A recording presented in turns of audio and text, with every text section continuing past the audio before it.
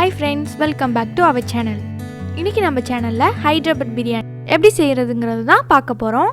வாங்க friends வீடியோக்குள்ள போலாம். ஃபர்ஸ்ட் சிக்கன் எடுத்துக்கலாம். சிக்கனை வந்து நம்ம மசாலா தடவி வைக்க போறோம். சிக்கன் வந்து முடிஞ்ச அளவு வந்து பெரிய பெரிய பீஸா எடுத்துக்கோங்க. அது நல்லா இருக்கும். இப்போ வந்து இஞ்சி பூண்டு பேஸ்ட் வந்து 3 டீஸ்பூன் ஆட் பண்ணிருக்கேன்.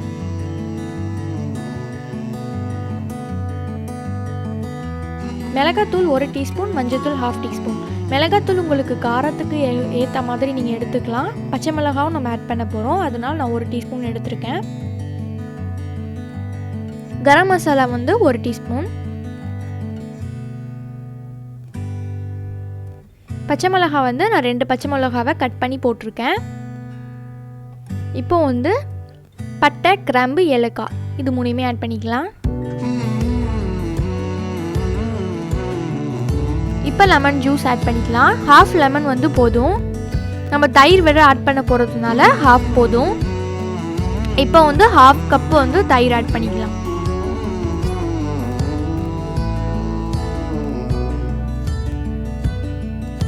இப்போ வந்து வெங்காயம் ஆட் பண்ணுறோம். வெங்காயத்தை நல்லா ஃப்ரை பண்ணி எடுத்து வச்சுக்கோங்க.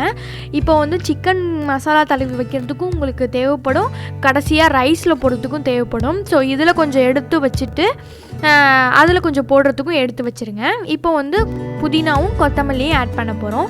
சின்ன சின்னதாக கட் பண்ணி போடுங்க. இது வந்து நான் வெங்காயம் வந்து ஃப்ரை பண்ணின அந்த ஆயில் வந்து இதில் ஆட் பண்ணியிருக்கேன். ரொம்ப ஃப்ளேவர் நல்லாயிருக்கும், அதனால அதுவும் நான் ஆட் பண்ணியிருக்கேன். இப்போ வந்து உப்பு ஆட் பண்ணிவிட்டு நல்லா மிக்ஸ் பண்ணி விட்டுக்கலாம்.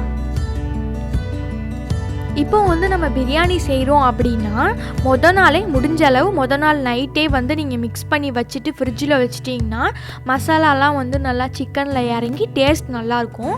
அது மாதிரி முடிஞ்ச அளவு ட்ரை பண்ணுங்கள். அப்படி இல்லை திடீர்னு தான் செய்கிறோம் அப்படின்னா 2 மணி நேரத்துக்கு முன்னாடியே வந்து நம்ம இதை செஞ்சு வச்சுட்டு அதுக்கப்புறமா பண்ணினா தான் நல்லாயிருக்கும் டேஸ்ட். அப்படி இல்லைன்னா சிக்கனில் வந்து டேஸ்ட் வந்து இறங்காமலே இருக்கும், நல்லா இருக்காது அவ்வளோக்கு. அதனால் வந்து முடிஞ்ச அளவு முன்னாடியே செஞ்சு வைக்க பாருங்கள். நம்ம செய்ய ஆரம்பித்தாலே வந்து நம்ம முன்னாடி செஞ்சிடலாம். ஏன்னா வந்து மசாலா தடவி வச்சதுக்கப்புறம் ரைஸ் எல்லாம் பாயில் பண்ணிட்டு வரத்துக்குள்ளே இது கரெக்டாக இருக்கும் டைமு. ஸோ அதனால் இப்படியும் பண்ணலாம், முடிஞ்ச அளவு முன்னாடியும் பண்ணி வைக்க பாருங்கள்.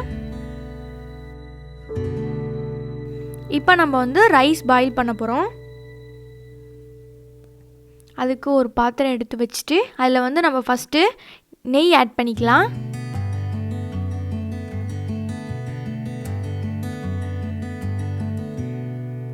இதுலேயும் பட்டை, ஏலக்காய், கிராம்பு மூணுமே போடலாம். ஃப்ளேவர் ரைஸ்க்கு வந்து வரும், அதனால நல்லாயிருக்கும். இது மூணுமே நல்லா பொரிஞ்சு வந்ததுக்கப்புறம் நான் வந்து தண்ணி ஆட் பண்ணியிருக்கேன். நம்ம இதை வடித்து தான் எடுக்க போகிறோம், அதனால் தண்ணி அளவு தேவையில்லை. நீங்கள் தண்ணி அதிகமாக ஊற்றி வடித்து எடுத்துக்கோங்க.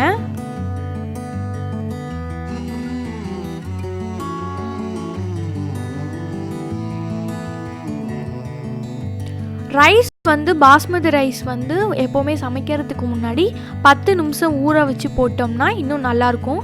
நான் 10 நிமிஷம் ஆல்ரெடி ஊற வச்சு தான் இதை ஆட் பண்ணியிருக்கேன். தண்ணியில் உப்பு சேர்த்துக்கோங்க மறக்காமல். இது வந்து ஃபுல்லாக பாயில் ஆக வேணாம், ஒரு 70% பாயில் ஆனால் போதும். அந்த அளவுக்கு பாயில் ஆகிற வரைக்கும் வெயிட் பண்ணுங்கள்.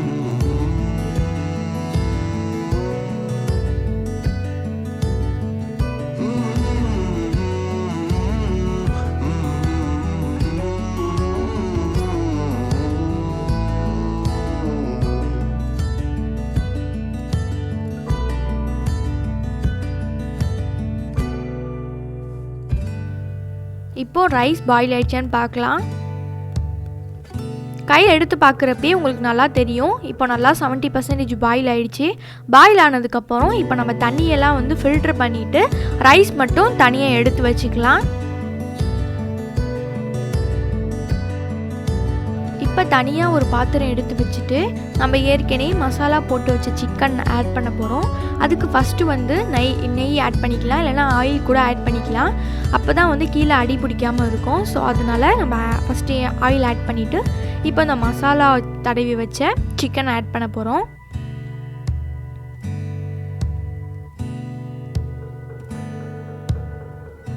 சிக்கன் ஆட் பண்ணிவிட்டு அந்த இதில் இருக்கிற கொஞ்சமாக ஒரு 1/2 கிளாஸ் தண்ணி ஊற்றி இதில் ஊற்றிடலாம். ஊற்றிட்டு லைட்டாக கொஞ்சம் கொதிக்கிற வரைக்கும் வெயிட் பண்ணுங்கள். கொதிச்சதுக்கு அப்புறம் ஸ்டவ் ஆஃப் பண்ணிவிட்டு ரைஸ் எடுத்து இது மாதிரி போடணும்.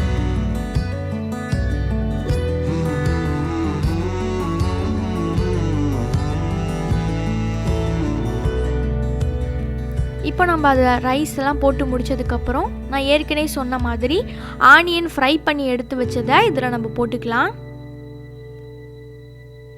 போட்டு முடித்ததுக்கப்புறம் புதினா கொத்தமல்லியும் ஆட் பண்ணிக்கலாம்.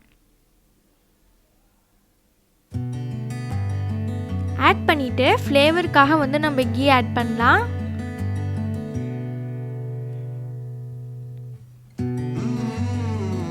அடுத்து வந்து நம்ம குங்குமப்பூ பால் வந்து ஆட் பண்ண போகிறோம். நல்லா பால் சூடாக இருக்கிறப்ப அந்த குங்குமப்பூ கொஞ்சமாக போட்டு இது மாதிரி கொஞ்ச நேரம் வச்சுட்டிங்கன்னா அந்த மாதிரி கலர் மாறிடும். அதை எடுத்து நம்ம இதில் மிக்ஸ் பண்ணிக்கலாம், மேலே ஊற்றிக்கலாம். இப்போ நம்ம மாவு வச்சு டம் போட போகிறோம். இது மாதிரி ஃபுல்லாக க்ளோஸ் பண்ணி விட்ருங்க. ஃபஸ்ட்டு வந்து இது க்ளோஸ் பண்ணி முடித்து ஹை ஃப்ளேமில் வச்சுக்கோங்க. அடுப்பை 10 நிமிஷம் வச்சுருங்க. அதுக்கப்புறம் லோ ஃப்ளேமில் வந்து ஒரு 10 நிமிஷம் வச்சுருங்க.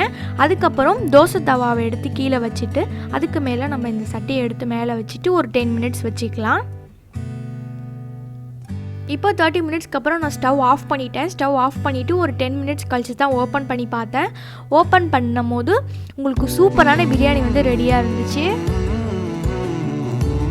இதை வந்து ரொம்ப மிக்ஸ் பண்ணிடக்கூடாது. நம்ம அந்த பிரியாணி செய்கிற மாதிரி இந்த ஹைதராபாத் பிரியாணி வந்து ரொம்ப மிக்ஸ் பண்ணிட்டோம்னா நம்மளுக்கு லேயர் வந்து மிக்ஸ் ஆகிடும். ஸோ லேயர் மிக்ஸ் ஆனால் நல்லா இருக்காது பார்க்குறதுக்கு. அதனால வந்து பிளேட்டில் வந்து சர்வ் பண்ணுறப்ப அப்படியே எடுத்து வைக்கிற மாதிரி பார்த்துக்கோங்க. இப்போ சூப்பரான பிரியாணி ரெடி ஆயிடுச்சு.